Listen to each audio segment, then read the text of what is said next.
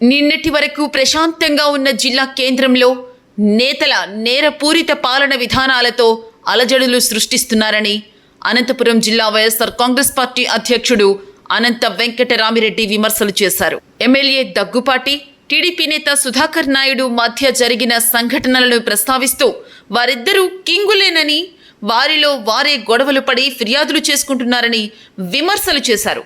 మొన్నటికి మొన్న ఆర్యవైశ్యులకు సంబంధించిన భూమిని కబ్జా చేస్తే మంత్రి భరత్ జోక్యం చేసుకునే వరకు పోలీసులు న్యాయం చేయడం లేదన్నారు. అనంతపురం జిల్లా కేంద్రంలో ఎప్పుడూ లేని విధంగా కొత్త సంస్కృతులు తీసుకొస్తున్నారన్నారు. మట్కా పేకాటకు జిల్లాలోని లాడ్జీలను కేంద్రాలుగా మారిపోయాయన్నారు. ఉదయం 6 గంటలకే మద్యం షాపులు తెరుస్తున్నారని, 15 ఏళ్ల పిల్లలు కూడా పర్మిట్ రూముల్లో తాగుతుంటే ఎక్కడ యాక్షన్ తీసుకున్న పరిస్థితే లేదన్నారు. గతంలో పవన్ కళ్యాణ్ 1000 మంది అమ్మాయిలు మిస్సింగ్ అని చెప్పారని, అయితే ఈ 10 నెలల్లో మిస్సింగ్ అయినా ఏ ఒక్కరినైనా తీసుకొచ్చారా అని ప్రశ్నించారు. అంతెందుకు మననే చూసాం, మన అధికార పార్టీ వారే 2 వర్గాల వారికి కూడా లీడర్లకు 2 వర్గాలు కూడా, ఒకరు ప్రజాప్రతినిధి కావచ్చు లేకుంటే వాళ్ళ దగ్గర ఉంటారు, అంత వాళ్ళే. ఇద్దరికీ నేర చరిత్ర ఉంది, ఇద్దరికీ కేసులు ఉన్నాయి, వాళ్ళిద్దరిపైన ఇద్దరికీ నేర చరిత్రే. అందరూ కూడా కింగులే ఒకప్పుడు. ఇంకా అంతకంటే పెద్ద కింగులు అనిపించుకోవాలని తాపత్రం ఏమో. వారి మొదలు వారే కంప్లైంట్ చేసుకునే పరిస్థితి కూడా ఈరోజు కూడా ఉంది. అటువంటి వారిపైన కూడా చర్యలు తీసుకోలేని పరిస్థితి, దుస్థితిలో ఈరోజు పోలీస్ డిపార్ట్మెంట్ కూడా ఉంది ఈ జిల్లాలో. ఆ పరిస్థితి ఉన్నాయి కాబట్టి ఇంతవరకు కూడా ఉన్నాయి. అందుకోసమే లా అండ్ ఆర్డర్స్ కూడా దిగజారిపోయింది ఈరోజు కూడా. అనంతపురం ఏం జరుగుతున్నాయి ఈరోజు? పోలీస్ స్టేషన్లో పంచాయతీలా, డ్రెస్ వేసుకొని అంత బహిరంగ పంచాయతీలా. సాయంకాలం అయితే చాలు, పంచాయతీల కోసం అయితే రాత్రి 12 అయినా కూడా 4 పోలీస్ స్టేషన్లో కూడా అనంతపురంలో కూడా జిల్లా కేంద్రంలో కడకు ఇక్కడ అనంతపురం రూరల్కి సంబంధించిన పోలీస్ స్టేషన్ ఒకటి ఉంది. అక్కడ కూడా సిఐది, డిఎస్పీది, సిఐది కూడా ఉంది. అక్కడ కూడా ఆడ కూడా అంతే, వందలు 10ల సంఖ్యలో అర్ధరాత్రి వరకు కూడా పంచాయతీలు చేసుకుంటూ కూడా అందరు కూడా కాసుకొని కూడా ఉండే దృశ్యాలు కూడా, ఉదంతాలు కూడా అన్నీ కనపడేది. ఎక్కడ కానీ లేకుండా పోయింది.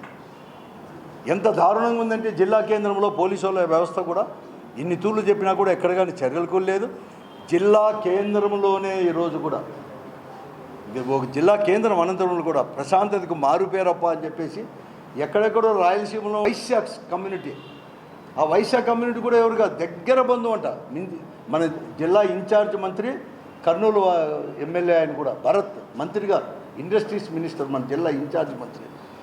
వారి దగ్గర కూడా శ్రీనివాస గుప్తా, వెంకటేశ్వర గుప్తా బహిరంగ చెప్పినది, బహిరంగంగానే ఇట్లా నా ల్యాండ్ 3 ఎకరాల 20 సెంట్లు ఉంటే దాదాపుగా 1 నెల నుంచి అధికార పార్టీ ఎమ్మెల్యేల పేర్లు చెప్తూ మీ దగ్గరికి వచ్చారా, ఎమ్మెల్యే ఆఫీస్ నుంచి ఫోన్లు వచ్చినాయా, లేకపోతే మేము పంచాయతీ చేస్తామని మీ తకరారు ఉందని చెప్పి ఇలాగ ఎలా చేస్తున్నారు అని చెప్పి, వాళ్ళ భూములు ఎలా చేసుకుంటున్నారు అని చెప్పేసి స్వయంగా పోయి వాళ్ళే చెప్పారు. అన్నీ ఎక్కడ చూసినా కూడా ప్లే అవుతున్నాయి వీడియోలో. కర్నూలుకు పోయి వారు సొంతం దగ్గర బంధువు కాబట్టి ఆయనకే చెప్పడం జరిగింది, మా పరిస్థితి ఇలా ఉంది, గతంలో ఎప్పుడూ లేదు, ఈ 8-10 నెలల నుంచి ఈ పరిస్థితి కూడా పరిస్థితులని చెప్పిందంటే ఎంత దారుణంగా తయారైందో కూడా నేను అర్థం చేసుకోవాల్సింది. అసలు పోలీసు తెలుగుదేశం పార్టీ వారు మాట వినకపోతే చాలు, పోలీస్ స్టేషన్ లోపలికి దూరి ధర్నాలు చేసే ప్రకారం ఉన్నా కూడా వారిపైన కేసులు అనేది కూడా ఇక్కడ పెట్టారు. అదే వేరే వారు పోతే వెంటనే పోలీస్ స్టేషన్తో వారిపైన కేసులు బనాయించారు. మట్కా విచ్చలవిడిగా ఈరోజు జరుగుతూ ఉంది. అవన్నీ కూడా లేకోకుండా తెచ్చినట్టు ఈరోజు ఏమైనా జరుగుతున్నా అన్నీ బిజీనే. లాడ్జ్లు, రూమ్లే దొరకలేని పరిస్థితి. ఏమంటే అక్కడ పేకాటలు ఆడిస్తున్నారు. పేకాట క్లబ్లు ఈరోజు అనంతపురంలో ఉండే లాడ్జులకు నిలయంగా కూడా మారిపోయినాయి. అన్ని దగ్గర కూడా, అన్ని నియోజకవర్గాల్లో కూడా ఆడిస్తున్నారు. కానీ వారిపైన ఎక్కడ కానీ చర్యలు లేవు.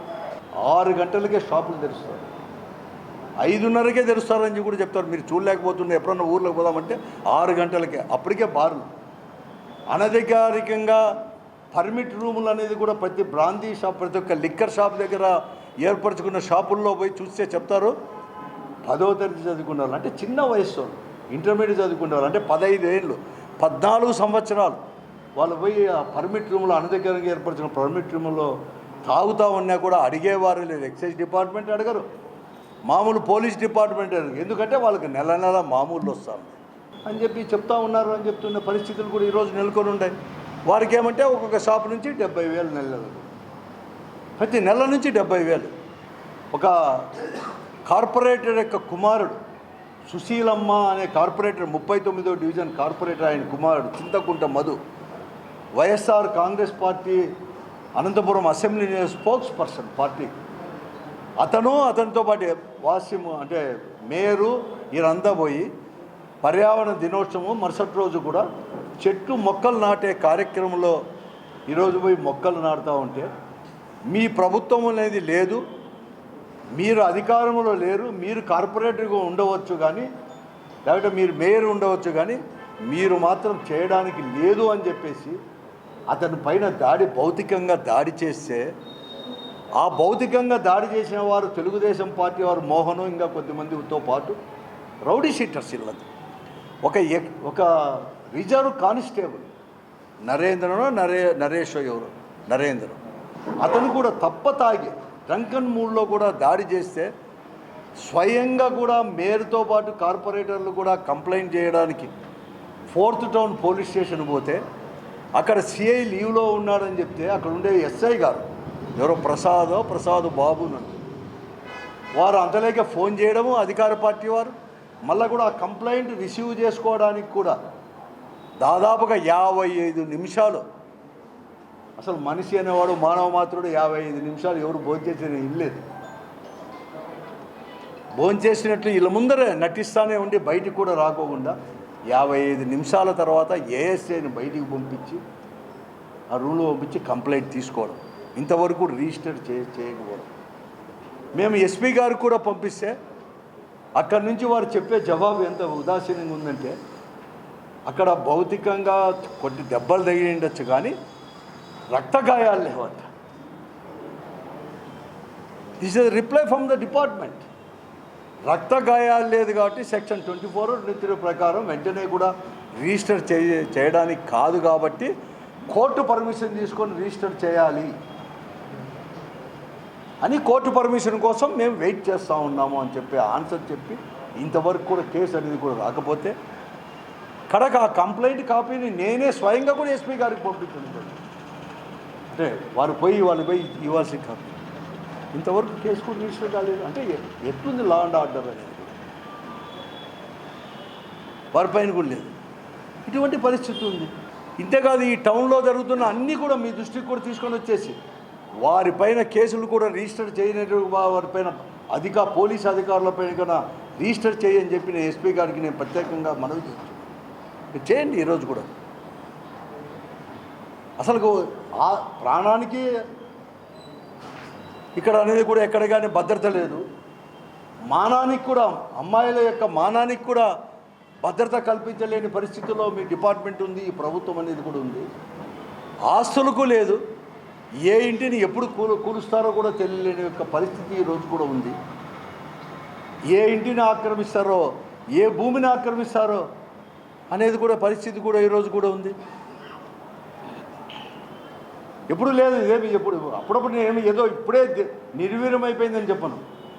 ఈ తారాస్థాయికి అనేది కూడా ఈరోజు కూడా చెప్పుకోవడానికి కూడా లేకోకుండా కూడా పోలీసు వాళ్ళే, అధికారులే, స్టేషన్ యొక్క అధికారులే ఎమ్మెల్యే దగ్గర పోండి, లేకపోతే ఎమ్మెల్యే అనుచరుల పేర్లు చెప్పి రాములో గణేష్లో పేర్లు చెప్పి ఇల్లే పంపించే దిగజారిన పరిస్థితి కూడా ఈరోజు కూడా ఉంది. ఎమ్మెల్యేలు శాసిస్తే ఊరిడిచిపెట్టిపోవాలంట. వారిపైన అది రికార్డు ఉంటే జిల్లా బహిష్కరించేదో డిపార్ట్మెంట్ పరంగా అవన్నీ కూడా జరిగేది గతంలో మేము చూసాం. కానీ ఈరోజు ఎమ్మెల్యే శాసిస్తేనే పోవాలంట, ఎమ్మెల్యేలు చెప్తేనే ధర్నాలు చేయాలంట, ఎమ్మెల్యేలు చెప్తేనే పాదయాత్రలు చేయాలంట. రాజకీయ పార్టీ కార్యకలాపాలు ప్రజాస్వామ్య పద్ధతిలో లా అండ్ ఆర్డర్కి విఘాతాలు లేకోకుండా చేసే పరిస్థితి ఈరోజు కూడా ఉంటే వెంటనే కూడా వాళ్ళు నిలబెట్టమన్నారు, పోస్ట్పోన్ చేసుకో, లేకపోతే ధర్నాను విరమించుకోండి, లేకుంటే మీరు ఇక్కడి నుంచి ఇక్కడి వరకే పోవాలి,